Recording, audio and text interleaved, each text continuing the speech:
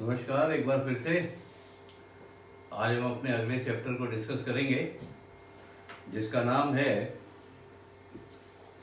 Chapter number 4, articles of association. मैंने अपने पिछले लेक्चर में भी कहा था कि अब हम आर्टिकल ऑफ एसोसिएशन की तरफ बढ़ेंगे। तो अब जरा देखना शुरू करते हैं कि आखिर आर्टिकल ऑफ एसोसिएशन क्या है, कैसे काम करता है ये। Of course, it is made as per Company Act 2013. There are schedules and articles are rules of managing the company. अब जरा डिटेल में चलते हैं कि इस चैप्टर के भीतर हमें क्या देखने को मिलेगा। Alteration of article of association, doctrine of constructive notice, doctrine of endorsement management, general alteration article का कैसे होगा, स्पेशल अल्टरेशन कैसे होगा, conversion of company private to public, public to private, और मेमोरेंडम और आर्टिकल का अफेक्ट क्या होने वाला है, ये हम इस चैप्टर में डिटेल में पढ़ने वाले हैं। अब जरा सा इस चैप्टर को शुरू करने का प्लान बना लेते हैं। What is the definition and meaning of article of association? What is the definition? What is the meaning of the term article of association? आपको मेमोरेंडम की डेफिनेशन तो याद ही होगी। जो मेमोरेंडम की डेफिनेशन है बिल्कुल उसी तरह से डेफिनेशन फ्रेम की है कंपनी लॉ ने आर्टिकल ऑफ एसोसिएशन की। Articles means the article of association of a company as originally registered or as altered from time to time। ठीक इसी तरह आपने मेमोरेंडम की भी डेफिनेशन को देखा था। Memorandum of a company means memorandum as originally registered और as altered from time to time. ठीक उसी तरह से आपको आर्टिकल ऑफ एसोसिएशन की भी डेफिनेशन दिखाई दे रही है। Article of association of a company as originally registered or as altered from time to time। Definition में ही इस बात का जिक्र है कि आप आर्टिकल ऑफ एसोसिएशन को चेंज कर सकते हैं।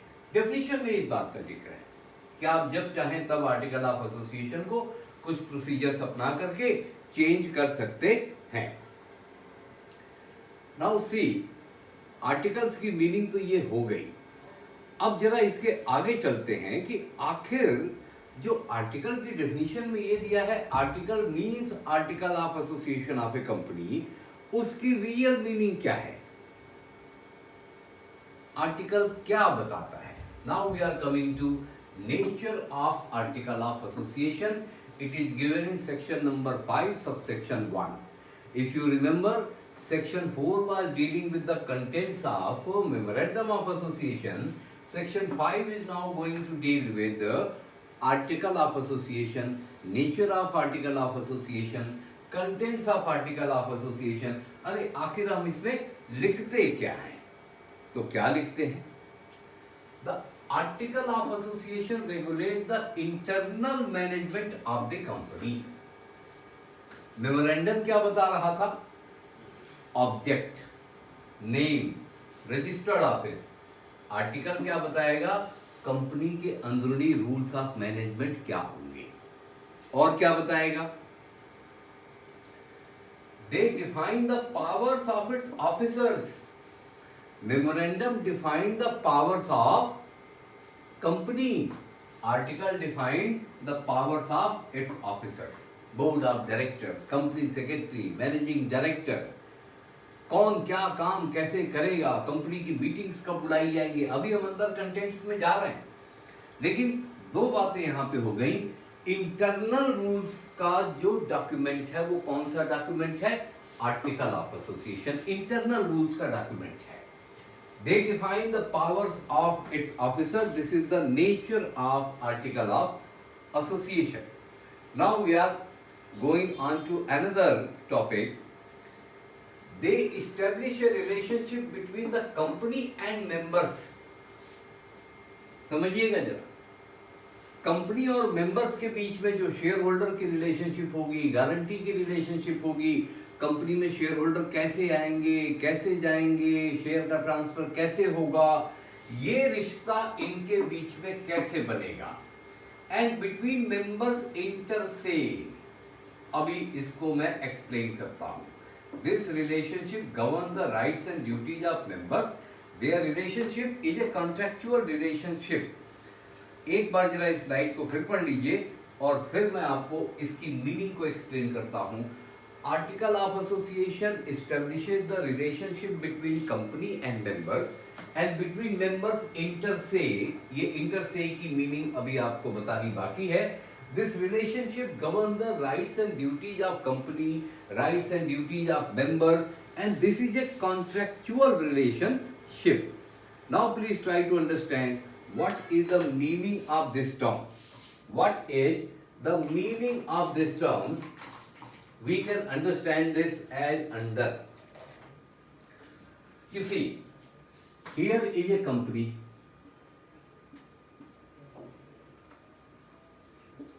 Company incorporated under the Companies Act 2013. All the procedures have been followed. And company has a memorandum of association. But if you clearly remember, the memorandum of association deals with the name of the company, the registered office of the company, the objects of the company, the authorized capital of the company, the nature of liability of members of the company, and subscription clause.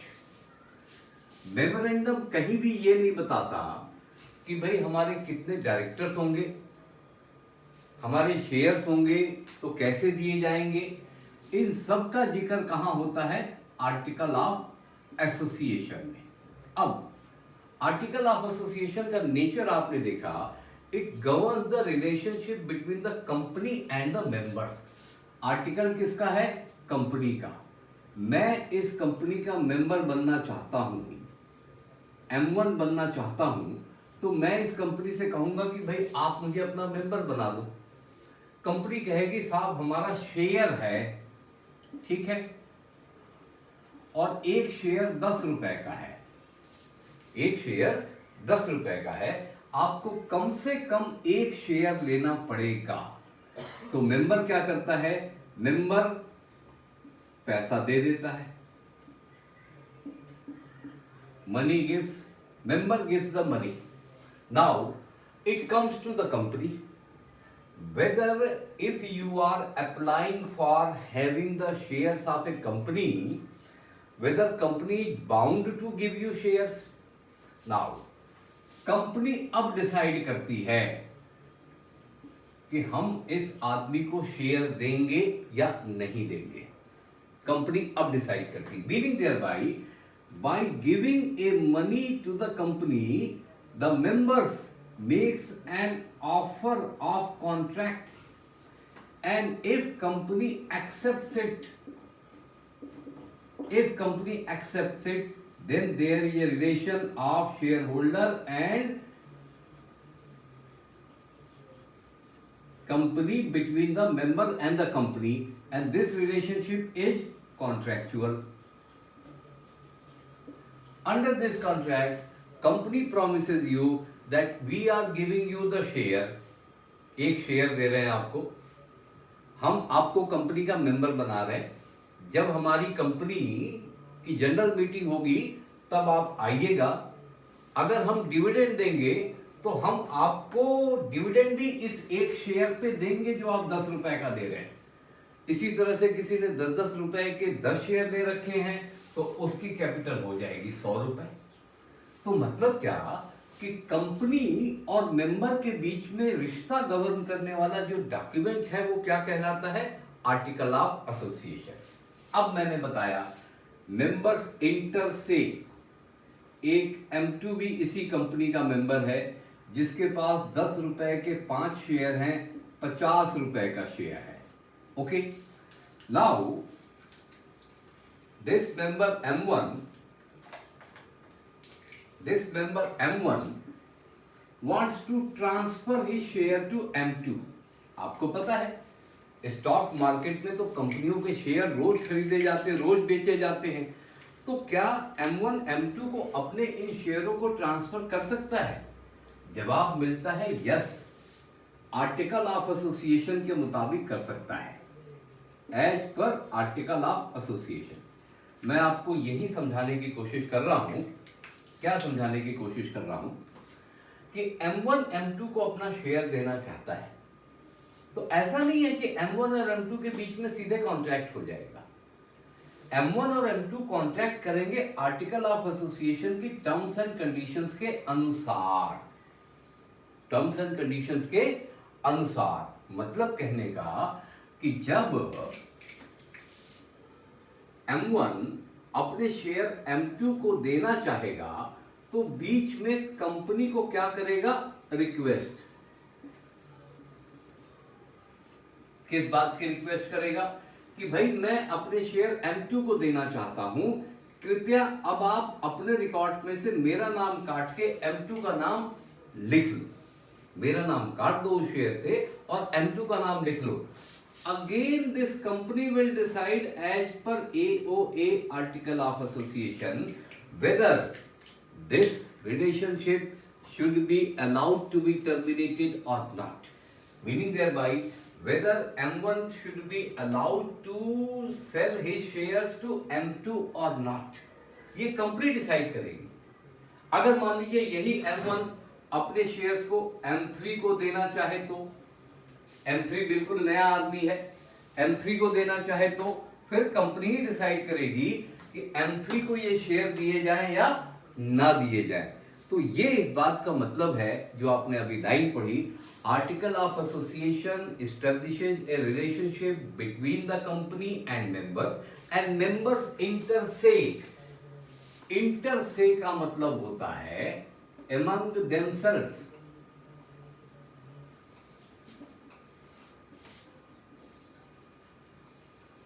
among the मेंबर्स के बीच में जो रिश्ता establish होगा वो भी article of association के मुताबिक ही होगा। मुझे उम्मीद है कि इतना आपकी समझ में आया होगा। अब जरा आगे चलते हैं, थोड़ा सा इसको साफ करते हैं और अब आगे चलते हैं, इस आर्टिकल ऑफ एसोसिएशन के प्रोविजंस को आगे देखने की कोशिश करते हैं कि क्या है ये। तो देखिए, कंपनी में जो आर्टिकल ऑफ एसोसिएशन है उसकी इंपॉर्टेंस मेंबर्स के लिए, डायरेक्टर्स के लिए, डिवेंचर होल्डर्स के लिए बहुत ज्यादा होती है।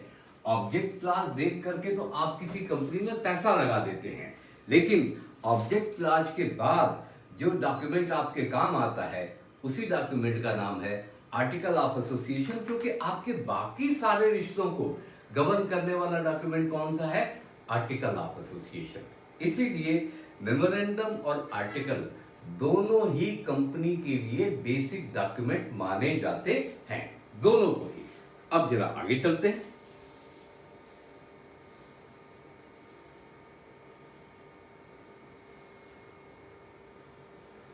Distinction between memorandum and article. क्या फर्क है मेमोरेंडम और आर्टिकल में? देखिए, जब भी कोई मैटर डिस्टिंक्शन का आता है तो मैं कहता हूं कि ये सबसे आसान बात है।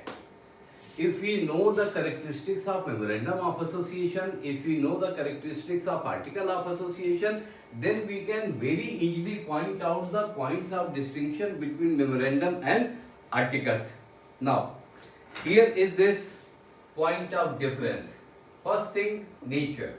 Memorandum is constitution of the company. Article of association deal with internal regulation. Then scope. Memorandum defines the objects and article of association provide the regulation of regular management. Major difference is amendment. How you amend memorandum of association? अभी तो आपने chapter पढ़ा है memorandum का, आपको तो पता होगा, याद भी होगा। Sometime we pass ordinary resolution, sometime we pass special resolution. Also, in some cases, approval of central government is required. If you remember, when we are required to pass ordinary resolution to alter the memorandum of association, when we are compelled to alter our name as per the directions of regional director, when the name of our company is similar to the name of an existing company, or name of our company is similar to the trademark of an existing company, then we are required to pass ordinary resolution. Otherwise, we are required to pass special resolution. In registered office clause, when we discussed changing of registered office from one state to another, we have seen that we are required to pass a special resolution, as well as we are required to obtain the approval of the central government to transfer our office from one state to other. If you clearly remember, we discussed two cases: Orient Paper Mills versus State of Odisha and Minerva Mills Limited versus State of Maharashtra. However, to alter the article of association, you need to pass only special resolution. Article ordinary resolution से amend नहीं होगा, क्योंकि देखिए ये members और company के बीच में गवर्न करने वाली बात है रिश्तों को, ये मेंबर्स और मेंबर्स के बीच में गवर्न करने वाली बात है रिश्तों को। तो यहाँ पर आर्टिकल ऑफ एसोसिएशन का चेंज सिर्फ और सिर्फ स्पेशल रिजोल्यूशन से होता है। अब जरा डिस्टिंक्शन के और पॉइंट जरा सा देख लेते हैं। कंटेंट्स क्या होते हैं मेमोरेंडम के?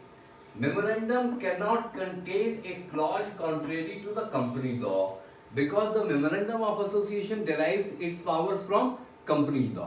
So memorandum cannot contain a clause which is inconsistent with the provisions of the company law. Memorandum में कोई भी ऐसा प्रावधान नहीं होगा जो कंपनी अधिनियम के प्रावधानों के खिलाफ हो। लेकिन आर्टिकल का क्या है? आर्टिकल कंपनी एक्ट और मेमोरेंडम ऑफ एसोसिएशन दोनों का छोटा भाई है, ये दोनों के ऊपर नहीं जा सकता। Article can not contain any clause contrary to company act and the memorandum. So effectively we can say that article of association of a company is subservient to memorandum of association and article of association. Then ultra vires act, हमने अभी doctrine of ultra vires पढ़ा था। क्या पढ़ा था उसमें? Ultra Vires Act cannot be ratified by even the whole majority of shareholder. हमने इसमें केस पढ़े थे, Ashbery railway carriage company versus reach का केस पढ़ा था। लेकिन यहाँ आर्टिकल में क्या है? अगर डायरेक्टर्स ने कोई ऐसा काम कर दिया जो कंपनी के ऑब्जेक्ट के अंदर तो है लेकिन रूल्स के अगेंस्ट है, तो डायरेक्टर्स को सजा तो मिलेगी, लेकिन अगर शेयर होल्डर चाहें तो आर्टिकल को अमेंड करके डायरेक्टर के उस काम को रेटिफाई कर सकते हैं।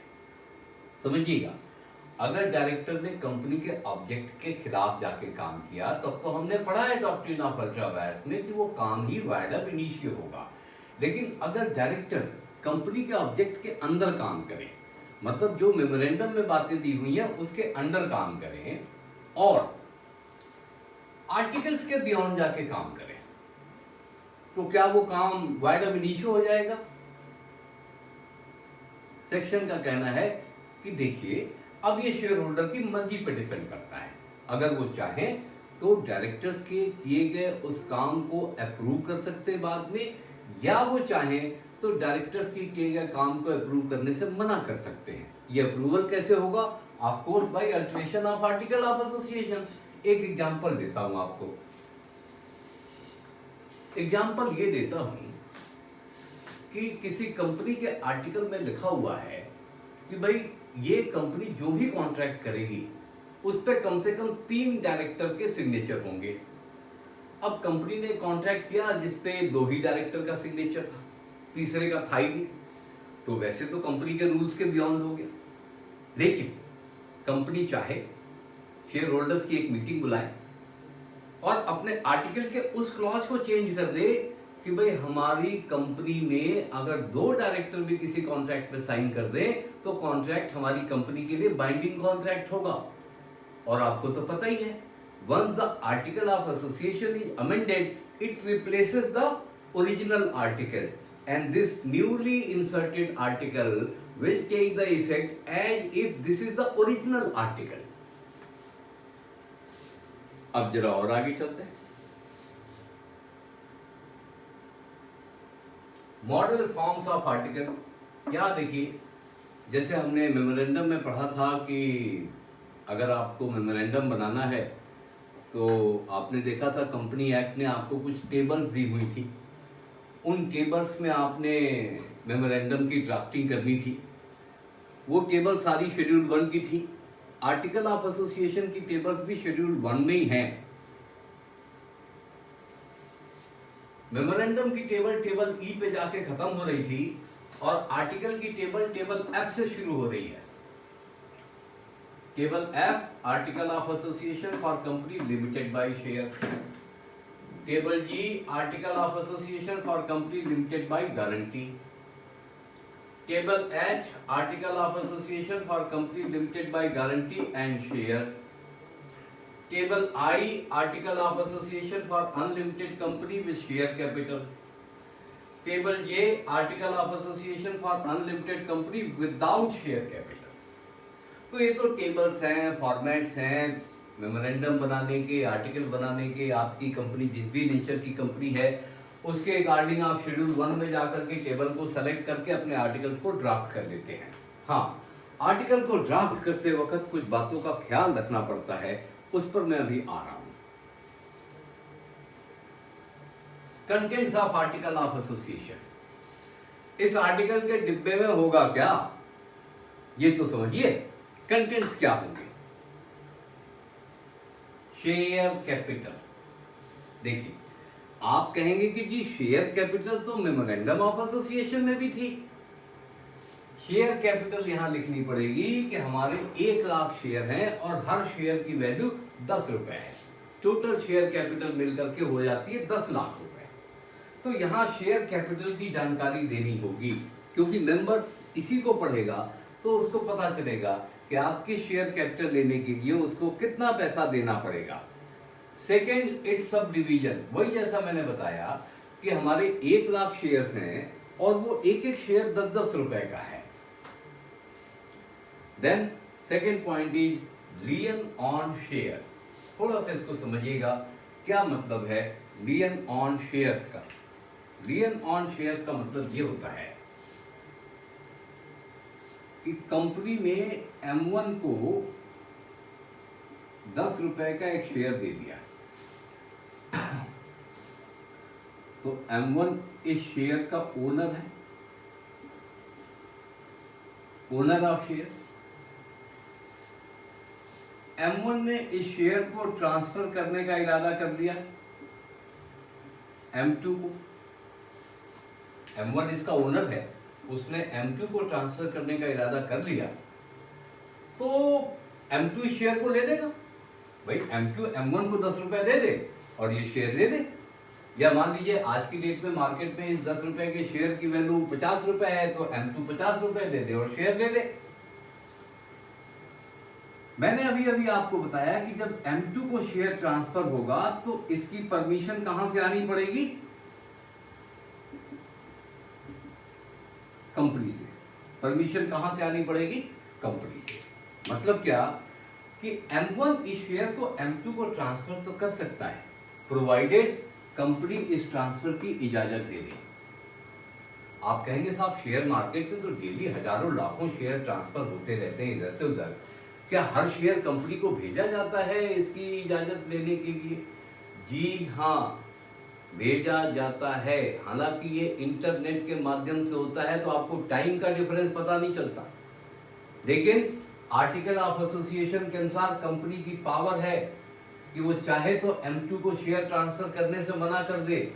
और ये क्यों मना कर सकती है? क्योंकि कंपनी ने आपको M1 को शेयर दे दिया, उसके बावजूद लियन उन शेयर से किसका है? उसी कंपनी का। लियन का मतलब ये होता है प्रॉपर्टी किसी और की, अधिकार किसी और का। तो even if M1 is owner of these shares, however company will continue to exercise its lien. अब जरा इसके आगे आते हैं।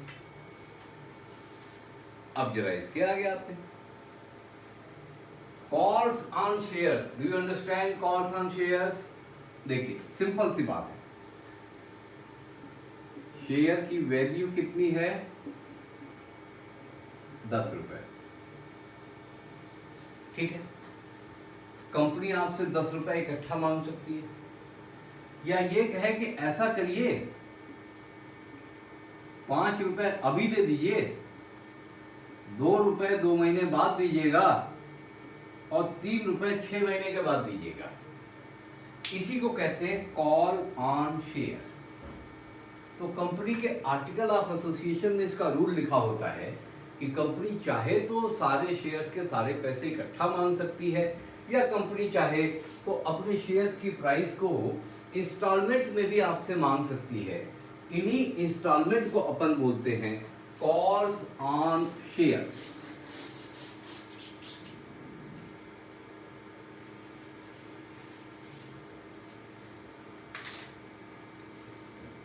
अब आगे आते हैं कि आर्टिकल में और क्या लिखा होगा। ट्रांसफर ऑफ शेयर, ये मैं आपको बता ही रहा था अभी कि M1 अगर M2 को अपना शेयर ट्रांसफर करना चाहे तो उसे आर्टिकल में लिखे गए प्रावधानों के मुताबिक ही ट्रांसफर करना होगा। फिर transmission of share, do understand the term transmission of share? You see, transfer of share is between two living person.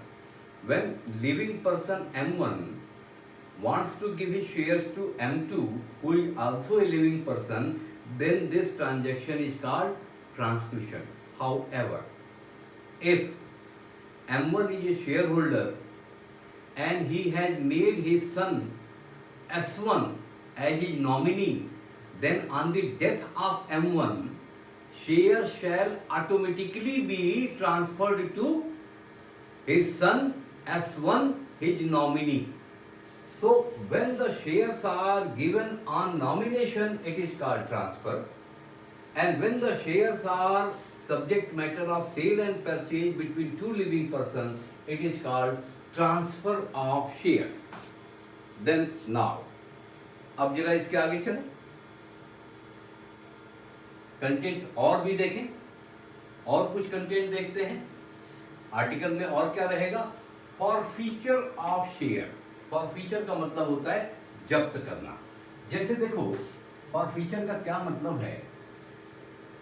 Company ने M1 को शेयर दे दिया 10 रुपए वाला और कार मांग दी 5 रुपए। जब सेकंड कॉल मांगी 2 रुपए तो M1 दे नहीं रहा है। टाइम बीत गया कॉल का, तो कंपनी के पास क्या तरीका है कि भाई M1, क्योंकि आपके शेयर का पैसा ड्यू हो गया, ओवर ड्यू हो गया, आप अभी भी नहीं दे रहे हैं, तो एक काम कीजिए, ये शेयर हम आपका जब्त कर दे रहे हैं। जब शेयर जब्त होता है तो ये पैसा जो 5 रुपया दिया हुआ है ये भी जब्त हो जाता है। यही सजा है उस आदमी को कि अगर उसने कॉल टाइम पे नहीं दी तो ये 5 रुपए भी जब्त हो जाएंगे। Is that right? अब दूसरी बात है शेयर वारंट। ये शेयर वारंट क्या चीज होता है?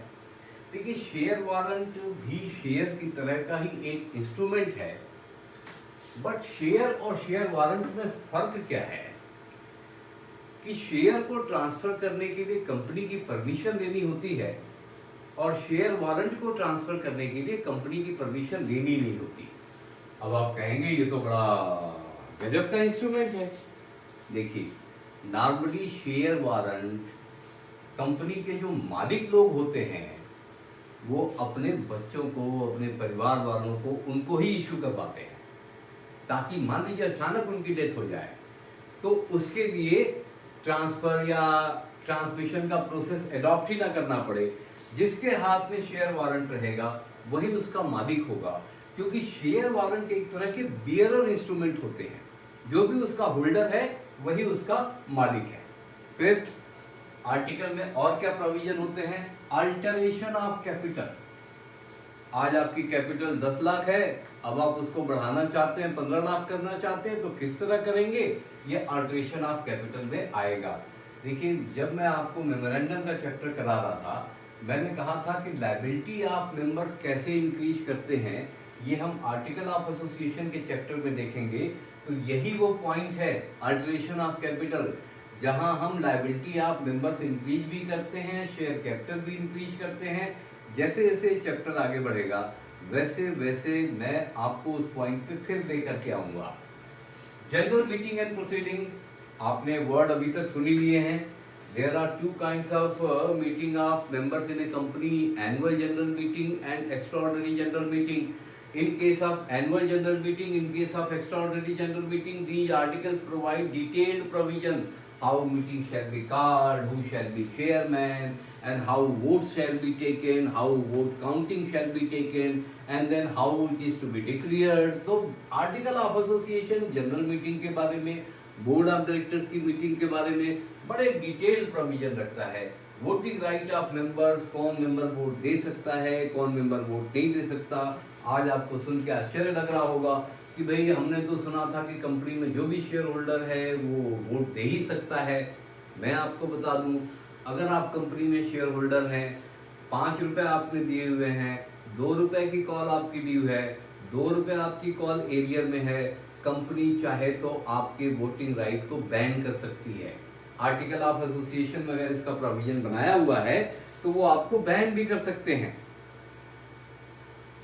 अब जरा इसके आगे के प्रोविजन देख लेते हैं. डायरेक्टर्स कौन होंगे, इंक्लूडिंग फर्स्ट डायरेक्टर्स. अगर आपको याद हो, इनकॉर्पोरेशन के टाइम पे भी हमने कहा था the names of the first director has to be mentioned in the article of association which you are going to submit to the ROC for registration. तो डायरेक्टर्स हमारे यहाँ कौन हो सकते हैं, उनकी क्वालिफिकेशन क्या होगी, उनकी डिसक्वालिफिकेशन क्या होगी, हम डिविडेंड कैसे बांटेंगे, हम रिजर्व्स कैसे रखेंगे, हमारे अकाउंट्स कैसे रखे जाएंगे, ऑडिट कैसे कराई जाएगी, हमारी कंपनी की बार्गेनिंग पावर्स क्या है, लोन कितना ले सकते हैं, किससे ले सकते हैं, और तो और हमारी कंपनी ख़त्म कैसे होगी. तो बड़ा डिटेल्ड डॉक्यूमेंट होता है आर्टिकल ऑफ एसोसिएशन. और मैं प्रैक्टिकली बताऊं आपको तो आर्टिकल ऑफ एसोसिएशन में नॉर्मली 150 से 200 प्रोविजन के आसपास होते हैं. खूब ढेर सारे नियम कानून लोग लिखते चले जाते हैं अपनी कंपनियों के आर्टिकल ऑफ एसोसिएशन में.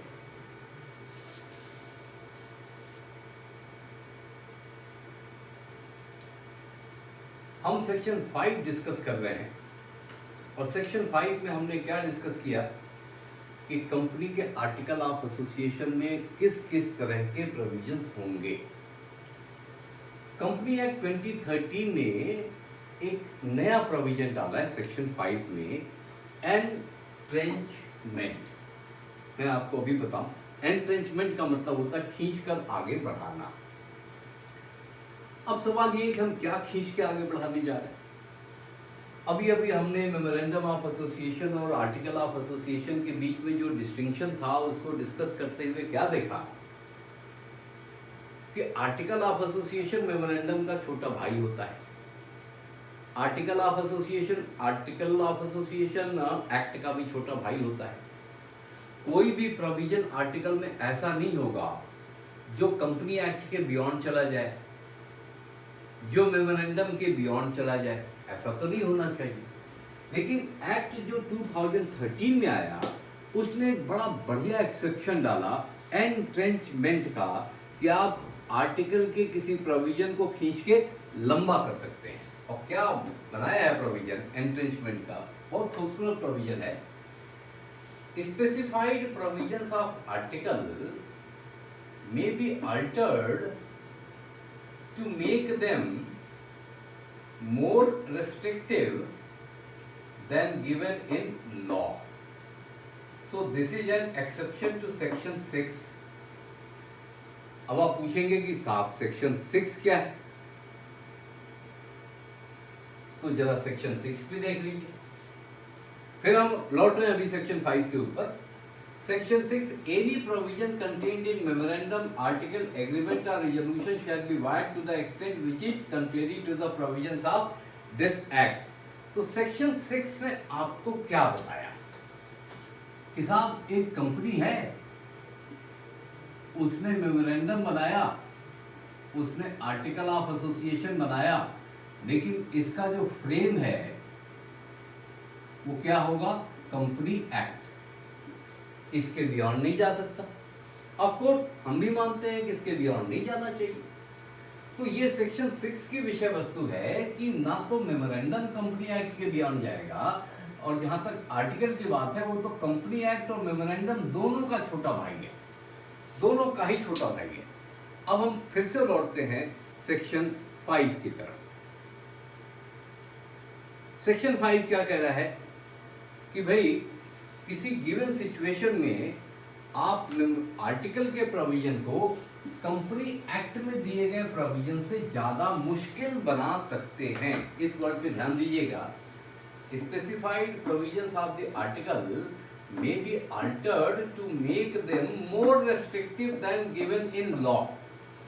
What is the meaning of the term more restrictive?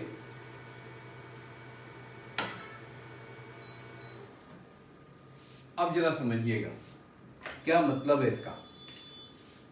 There is an article of association and there is a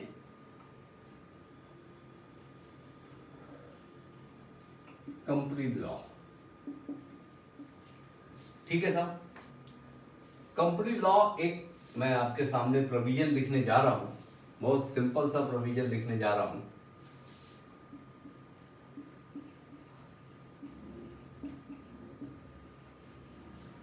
director shall be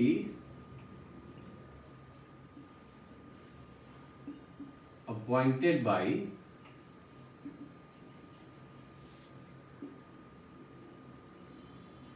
ordinary resolution. Director shall be appointed by ordinary resolution.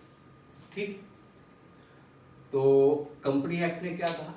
Director shall be appointed by ordinary resolution. आप अपने article को कहिए कि भाई हमारे यहाँ जो directors का अपॉइंटमेंट होगा, हमारे यहाँ जो डायरेक्टर्स का अपॉइंटमेंट होगा वो ऑर्डिनरी नहीं बल्कि स्पेशल रिजोल्यूशन से होगा। मतलब आप अपने यहां प्रोविजन को और टफ बनाना चाहते हैं।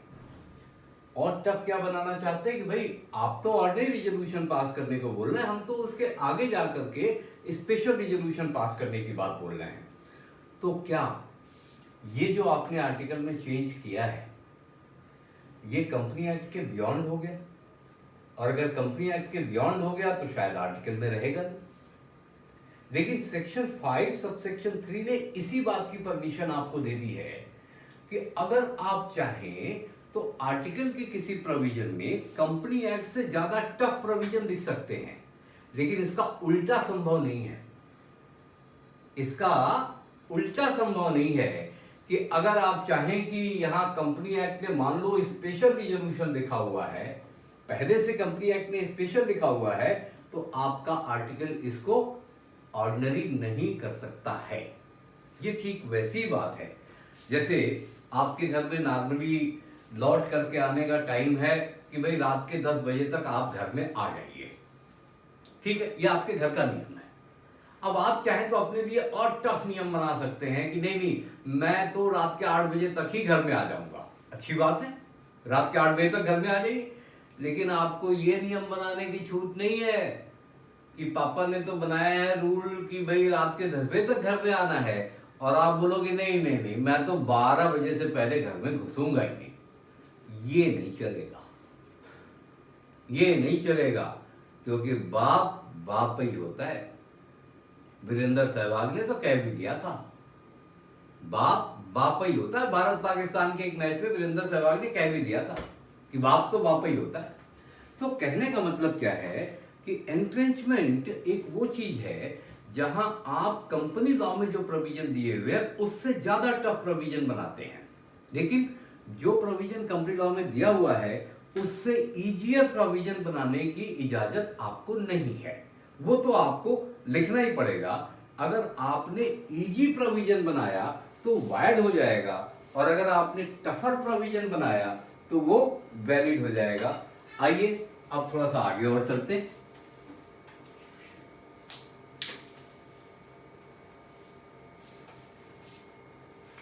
अब थोड़ा सा और आगे चल लेते हैं।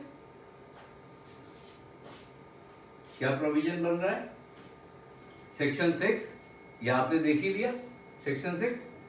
अब जरा सा और आगे चलते हैं। मेथड ऑफ एंट्रेंचमेंट, मतलब मेथड ऑफ एंट्रेंचमेंट क्या है? अरे भाई कंपनी एक्ट में वही, पापा ने घर में 10 बजे तक आने का रूल बना रखा है, मैं 8 बजे तक का रूल बनाऊंगा।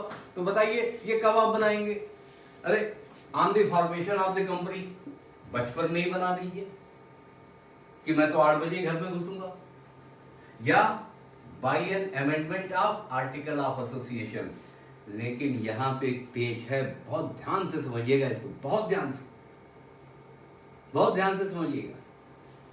Bye an amendment in the article agreed to by all the members, यहां वो स्पेशल रिजोल्यूशन पास करके आप एंट्रेंचमेंट नहीं कर पाएंगे कि आर्टिकल को अमेंड करना है तो 3/4 मेजॉरिटी दे दो, काम खत्म। नहीं, 100% मेजॉरिटी चाहिए, all the members. And mind it, now try to understand what is the real meaning of this term all the members. Tell me, a company wants to entrench its article of association. Members कितने हैं? 100। Meeting में कितने आए? 80। Vote कितने दे रहे हैं? 60। मान लीजिए 60 के 60 वोट फेवर में पड़े, मान लीजिए 60 के 60 वोट फेवर में पड़े। स्पेशल रिजोल्यूशन के लिए तो 45 वोट फेवर में पड़ जाए तो काम चल जाएगा, लेकिन यहाँ जितने 60 वोट देगा सबने फेवर में वोट दिया, क्या एंट्रेंचमेंट हो जाएगा? क्या एंट्रेंचमेंट हो जाएगा? नहीं, बिल्कुल नहीं एंट्रेंचमेंट होगा। 80 के आने पर भी एंट्रेंचमेंट नहीं होगा, क्योंकि सेक्शन क्या कह रहा है? By an amendment in the articles agreed to by all the member. सबकी सहमति लेनी पड़ेगी। सबकी समाधि यही बनेगी। 100 आदमी है तो 100 की सहमति चाहिए, ये टिपिकल है।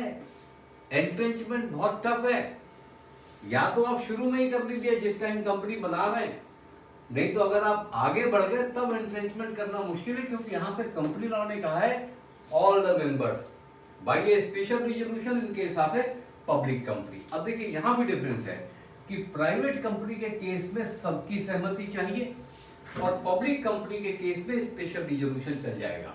यही केस यहां पब्लिक कंपनी का रहा होता तो 60 वोट दे रहे थे, 45 फेवर में देते तो काम चल गया होता। लेकिन ये प्राइवेट कंपनी का केस था तो यहां पे सारे के सारे मेंबर्स की सहमति आवश्यक हो जाएगी।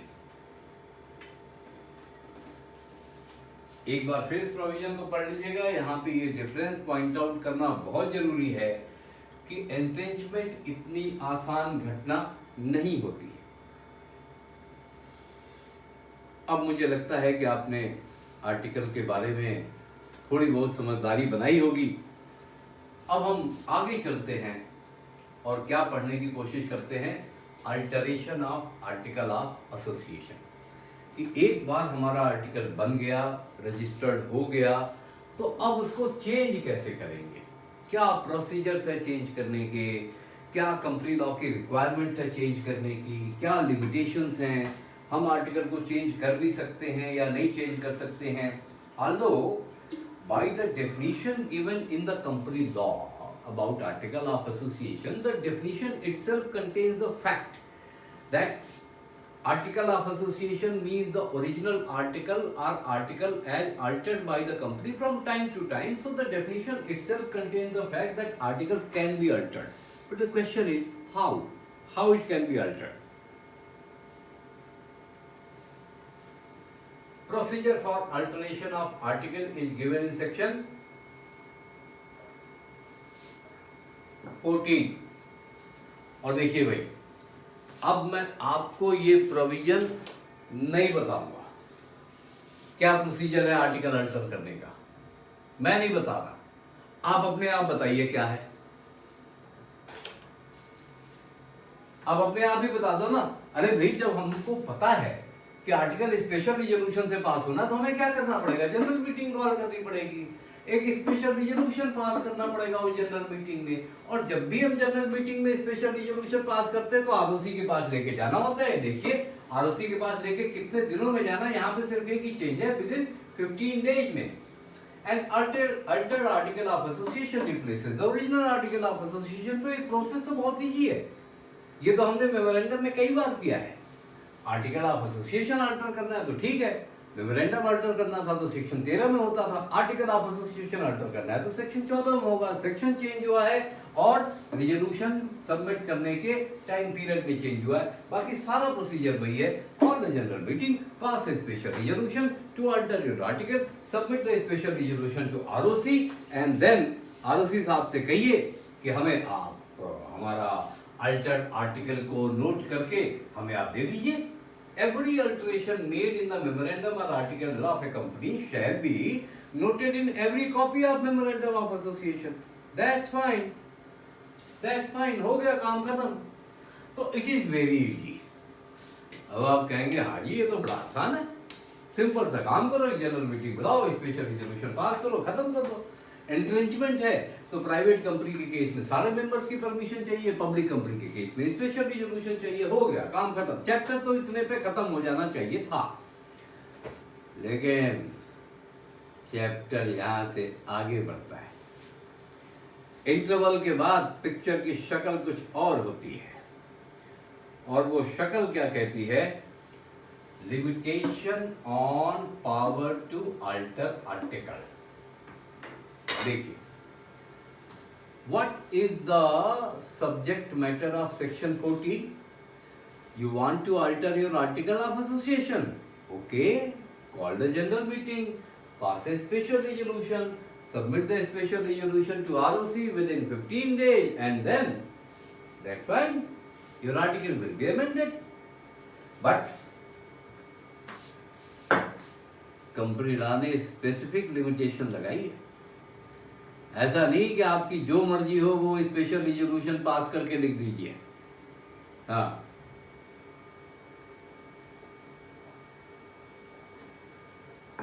मान लीजिए कोई कंपनी शेयर कैपिटल से इनकॉर्पोरेट होती है, शुरू में तो आर्टिकल में लिखा था जी शेयर कैपिटल इतनी होगी उतनी होगी, और बाद में जब कंपनी बन गई तो बोल रही है कि जी हम शेयर कैपिटल रखेंगे ही नहीं, स्पेशल रिजोल्यूशन पास कर दिया। लो,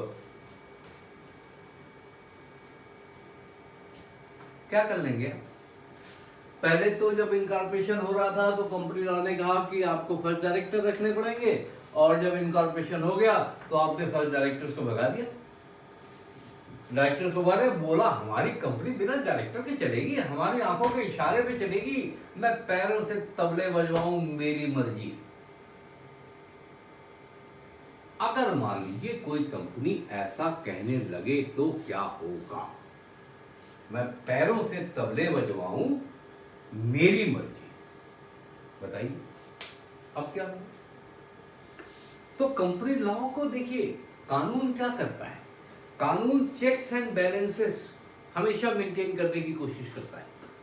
हमारा कॉन्स्टिट्यूशन हो या हमारे और डिफरेंट कानून हो, उनमें चेक्स एंड बैलेंसेस एक काम के लिए आपको अलाउ कर दिया गया है, तो वहीं पे कुछ ना कुछ चेक भी है कि आप इन कंडीशन में करेंगे, उन कंडीशन में नहीं करेंगे। कुछ वैसी लिमिटेशन आर्टिकल ऑफ एसोसिएशन के अल्टरेशन पे है, और ये बड़ी इंपॉर्टेंट है। हाँ, पहली कंडीशन क्या है कि जब आप अपने आर्टिकल का अल्टरेशन कर रहे हैं, no alteration shall be allowed by which the provision of the article goes beyond memorandum and act। वही कह रहा था मैं। आपने 8 बजे रात में घर आने का टाइम तय कर रखा है, आप उसको 8:30 कर सकते हैं, 9:30 कर सकते हैं, 9:45 कर सकते हैं, 10:30 नहीं कर सकते।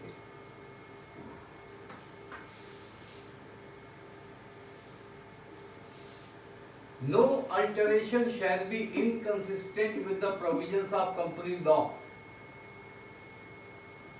ठीक बात है। जब पहले आपको बोला गया था कि कंपनी लॉ के लिमिट में ही बनाना है, तो ऐसा थोड़ी कि आप चेंज करके कंपनी लॉ की लिमिट से बाहर हो जाए।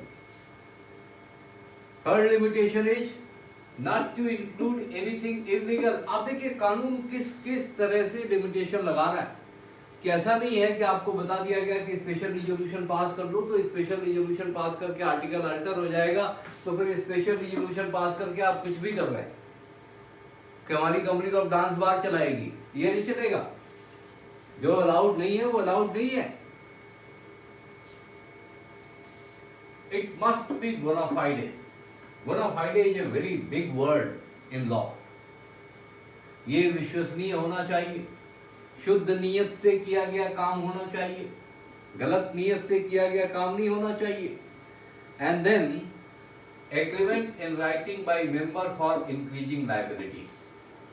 अगर आप मेंबर्स की लायबिलिटी इंक्रीज कर रहे हैं, जैसे मान लीजिए आपने शुरू में उनको 10 रुपए का एक शेयर दे दिया, तो एक बार उन्होंने 10 रुपए दे दिए तो हमने चैप्टर नंबर 1 नहीं किया था कि once they have paid all their amount due on share subscribed by them then company can not call upon any money from them. लेकिन अब आप क्या चाहते हैं कि शेयर की वैल्यू 10 की बजाय 15 करना चाहते हैं, मतलब मेंबर्स की लायबिलिटी 5 रुपए बढ़ाना चाहते हैं। तो आप सोचेंगे क्या स्पेशल रिजोल्यूशन पास कर दो और काम हो जाएगा? नहीं, आपको उन सबसे लिखित में परमिशन लेनी होगी कि भैया हम आपके सिर पे 5 रुपए का बोझ और बढ़ाना चाहते हैं, आप सारे लोग राजी हो कि नहीं राजी हो ये बता दो। अब एक एक पॉइंट को लेंगे हम और एक एक पॉइंट को डिस्कस करेंगे। अब आपको इंटरेस्टिंग लगेगा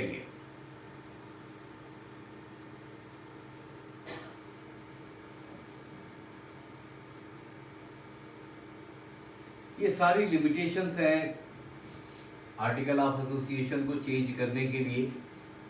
कुछ केसेस में पब्लिक कंपनी को प्राइवेट कंपनी करना चाहते हैं तो सेंट्रल गवर्नमेंट की परमिशन भी लेनी पड़ेगी।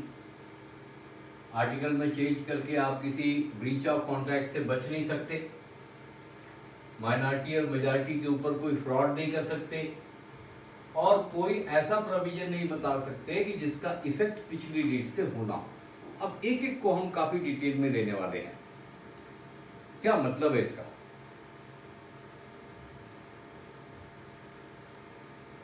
No alteration should go beyond memorandum of association and company law. This is the first point.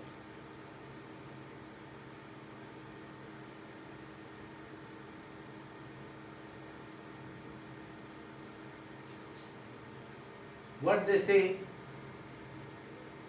the alteration of articles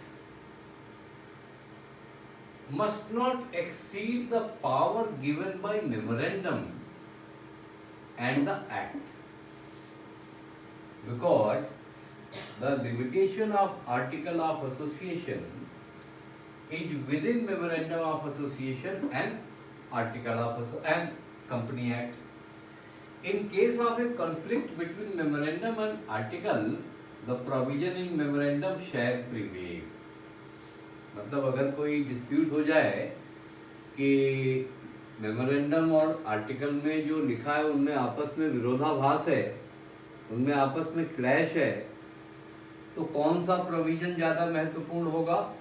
जो मेमोरेंडम में लिखा है वो ज़्यादा महत्वपूर्ण होगा। अब जरा दूसरे पे आते हैं। Not to be inconsistent with the act, alteration of article of association should not be against the company law, should not be against the company law। लेकिन आप यहां पे पढ़िएगा, alteration of article must not be inconsistent or against the provisions of the company act. However, the articles may impose stricter or tougher conditions than those provided by the Act. If provisions of Article of Association are inconsistent with the Act, then such a provision is void. Such a provision is void. कहने का क्या मतलब कि भाई act के beyond तो नहीं जाना है,